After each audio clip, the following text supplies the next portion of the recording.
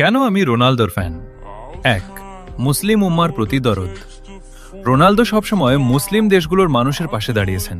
Syria থেকে শুরু করে বিভিন্ন মুসলিম দেশে তিনি কোটি কোটি টাকা দান করেছেন। ২. পরিচ্ছন্ন শরীর।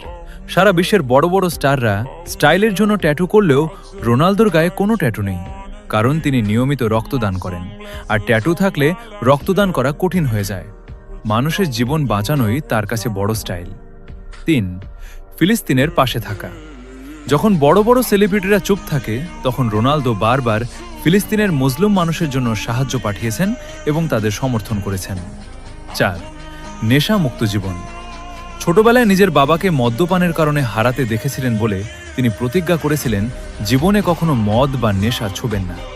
আজ পর্যন্ত তিনি সেই কথা রেখেছেন। ৫. কঠোর পরিশ্রম ও ত্যাগ। আপনার জন্য বাড়তি পয়েন্ট। তিনি কোনো সোনার চামচ মুখে দিয়ে জন্মাননি। অভাবের সংসার থেকে লড়াই করে আজ এই অবস্থানে এসেছেন। তার এই নেভার গিভ আপ মেন্টালিটি আমাদের মতো তরুণদের বড় হওয়ার স্বপ্ন দেখায়। ৬. পারিবারিক মূল্যবোধ। তিনি তার মা এবং পরিবারের প্রতি যতটা অনুগত তা বর্তমান যুগে বিরল। একজন সফল মানুষ হওয়ার আগে তিনি একজন আদর্শ সন্তান। ভাই, বিশ্বকাপ তো অনেকেই জিতেছে, কিন্তু কোটি কোটি কোটি মানুষের ভালোবাসা আর দোয়া সবাই পায় না। ট্রফি ড্রয়িং রুমে থাকে, কিন্তু মানুষের জন্য করা কাজগুলো মানুষের হৃদয়ে থাকে। আমি কোনো ট্রফির ফ্যান না, আমি একটা আদর্শের ফ্যান, যার নাম ক্রিশ্চিয়ানো রোনালদো।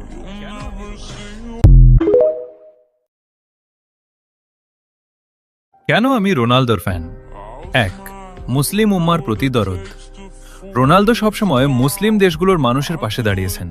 সিরিয়া থেকে শুরু করে বিভিন্ন মুসলিম দেশে তিনি কোটি কোটি টাকা দান করেছেন। ২. পরিচ্ছন্ন শরীর।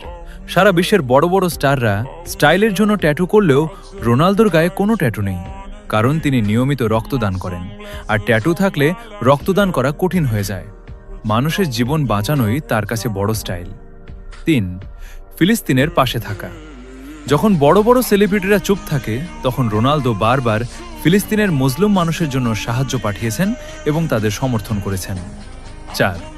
নেশা মুক্ত জীবন। ছোটবেলায় নিজের বাবাকে মদ্যপানের কারণে হারাতে দেখেছিলেন বলে তিনি প্রতিজ্ঞা করেছিলেন জীবনে কখনো মদ বা নেশা ছুবেন না। আজ পর্যন্ত তিনি সেই কথা রেখেছেন। ৫. কঠোর পরিশ্রম ও ত্যাগ। আপনার জন্য বাড়তি পয়েন্ট। তিনি কোনো সোনার চামচ মুখে দিয়ে জন্মাননি। অভাবের সংসার থেকে লড়াই করে আজ এই অবস্থানে এসেছেন। তার এই নেভার গিভ আপ মেন্টালিটি আমাদের মতো তরুণদের বড় হওয়ার স্বপ্ন